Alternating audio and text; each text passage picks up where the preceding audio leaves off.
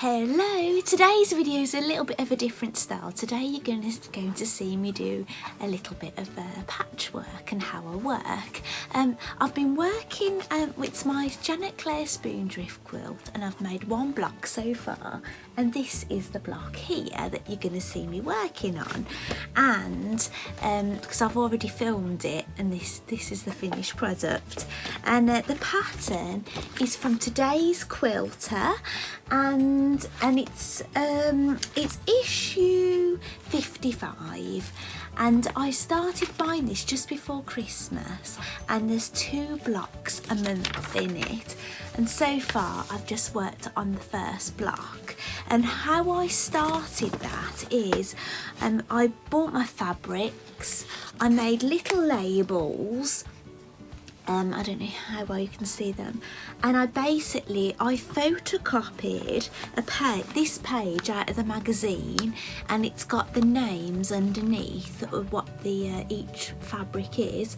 I cut them out, put them on individual cards, and I wrote what they were, and I gave them a number, and I put them all in one basket. Then I found out what I would need from my very first block, and I placed all those in a separate basket, and I've took what I've needed to make that block, and so far I've just placed them back in there. But what the next step will be is finding out what I need for my second block and sorting out what fabrics I need for that. So I hope you enjoy this video, and so here we go.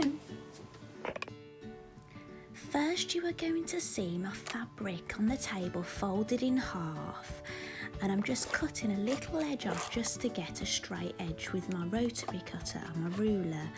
Now I'm measuring the first blocks that I need. From what I remember, I think they were 2-inch blocks. So I'm measuring my 2 inches, and then I'm butting the other ruler up to it and then cutting that off.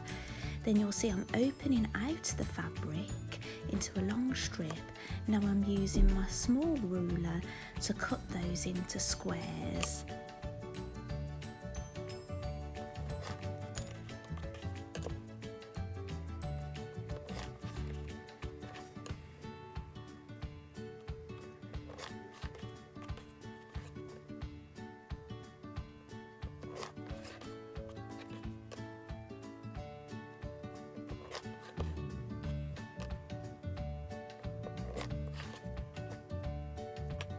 Now I'm tracing the applique pieces onto a bonder web, and it's a ship from if you remember seeing the end product that I showed you at the start.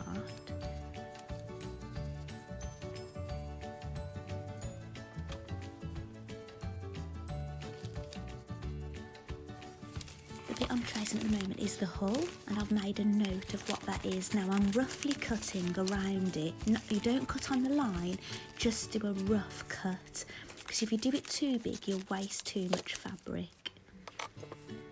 Then at this point you can see that I have ironed the bonder web onto the fabric for one of the sails. Now I'm cutting out on the actual line that I drew when I traced the pieces.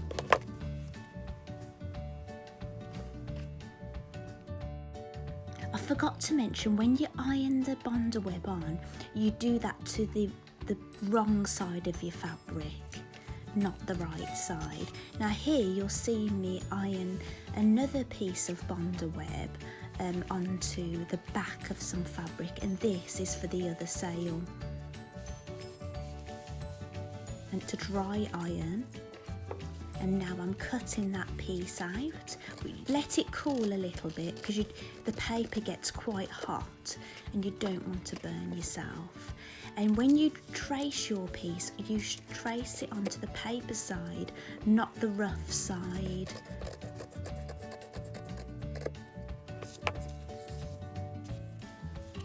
Here I'll make a point of showing you close your rotary cutter in between your cuts, because you can always have an accident. I've actually cut the back of my knuckles when I've placed the rope when I first started patchwork and quilting, just because I left the blade exposed on the table. Now I'm showing you all my applique pieces that I've cut out. Now here you can what you can see me doing is I'm drawing a line diagonally across the back of a square, and then drawing a line 1/4 of an inch either side of that on one of the light pieces. And I think I'd do that on a number of pieces from what I remember. Now I'm placing that right sides together with a dark piece, and I'm going to be stitching down the 2 lines either side, and that's what I'm doing here. But what you'll see me doing is this is called chain piecing, so I'm stitching down the 1 line on all the pieces, and then when I get to the end I'll be turning the piece around and I'll be stitching on the other line down the other side. I've noticed in these shots that I'm actually wearing a plaster on my thumb, and that's because I don't know if you remember, but I burnt my thumb on a Clover mini iron. I pressed down quite hard on it and I had quite a nasty burn, and the thing I had to do to help it heal was to keep it quite moist underneath, and I put a couple of finger plasters round, and it did seem to do the trick, and it did heal up quite nicely when I started doing that.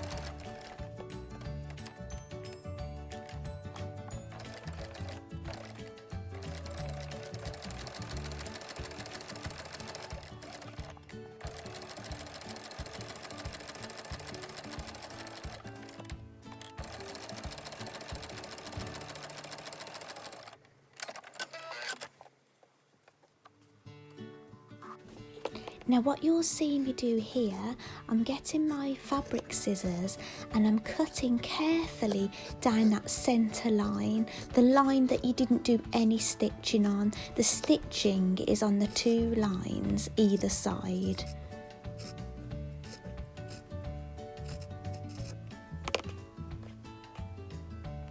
Now I can open those pieces out. I'm separating them carefully,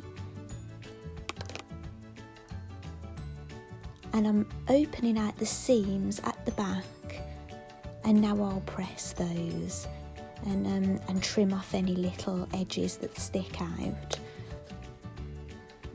And now I'm trimming them to the size that I need them to be. I can't quite remember what size that was because it's been a little while since I've done this now, but I'm just trimming them down. And then I'm just placing them as I go onto a piece of wadding, because they stick quite nicely to wadding, and it was somewhere to, I suppose I was starting to lay them out in the position that they're going to be on the patchwork block. I think that was my intention. Yeah, that's what I'm doing. I can see that now. Sometimes you have to start shifting around, and I did have a little picture at the side to try and, it's like doing a jigsaw piece really, and you're trying to match it all up to look how it should.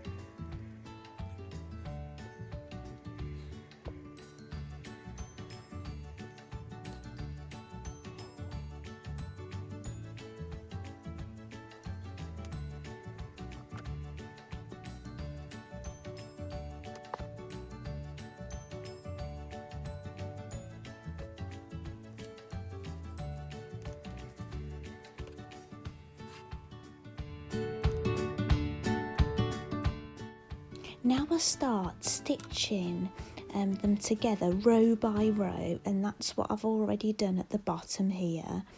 Then you start, I think I haven't done the top by the look of it, so now I'm stitching a few blocks together, and there you'll see that I'm measuring my seam allowance to make sure I've got 1/4 inch.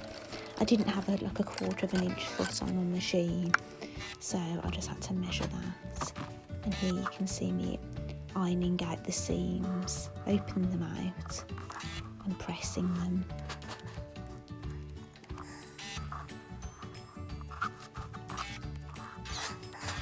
This is a heat mat that I have on my sewing machine for when I'm doing this kind of thing. Now you can see here that I'm starting to attach the rows that I've sewn together to each other. Here you can see that I'm pinning.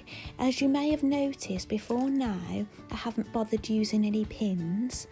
But because this piece is so long and I'm trying to, now you're going to start like matching up seams, so it's important that you put pins at critical points and things like that.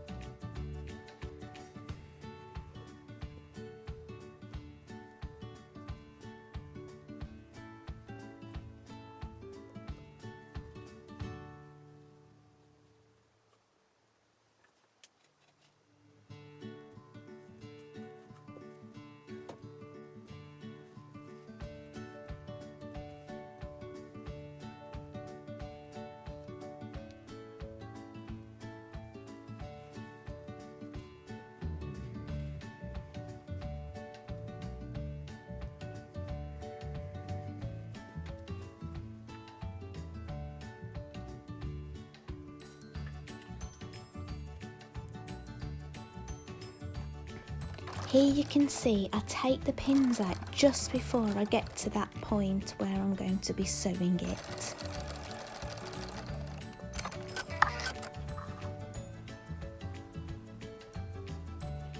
Now I'm laying it out, and now I'll start placing my applique pieces on just to see where I'm going to be putting them. So I take a bit of time thinking about that, thinking of the best positions. Then what you do when you decide on the one piece, you turn it around, you take a pin, score the Bondo web paper and peel that off. It will leave a residue that you can't see on the fabric, but when you put that on and take it to the iron and steam iron it on, that attaches it. It's not a permanent thing. If you put it through the wash, in time it would start to peel off, so it will need to be stitched down. Now I'm doing the same with one of the sails. I'm scoring it, peeling it, I'll take it to the iron and steam iron it on, and now I'm doing that with the final piece. The next stage will be stitching this down. I decided to free motion embroider it, and that's like drawing with your sewing machine. So your feed dogs are down and you're basically taking the fabric around to stitch that all down. So here I'm doing the final piece, the little flag that's at the top.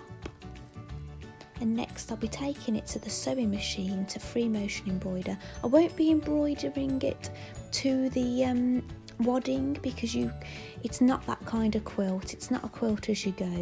You'll make all the blocks, then you'll put them all down on the wadding and then quilt it with the backing and things. So there it is before I've stitched, and here you can see me doing my free motion embroidery. I didn't hoop it up. Sometimes I hoop up, sometimes I don't, but this wasn't really suitable for hooping because the pieces were so large. I didn't really have a hoop large enough to fit the individual pieces in. So I hope you've enjoyed watching me work, and I look forward to bringing the rest of the quilts. Thanks for watching, bye!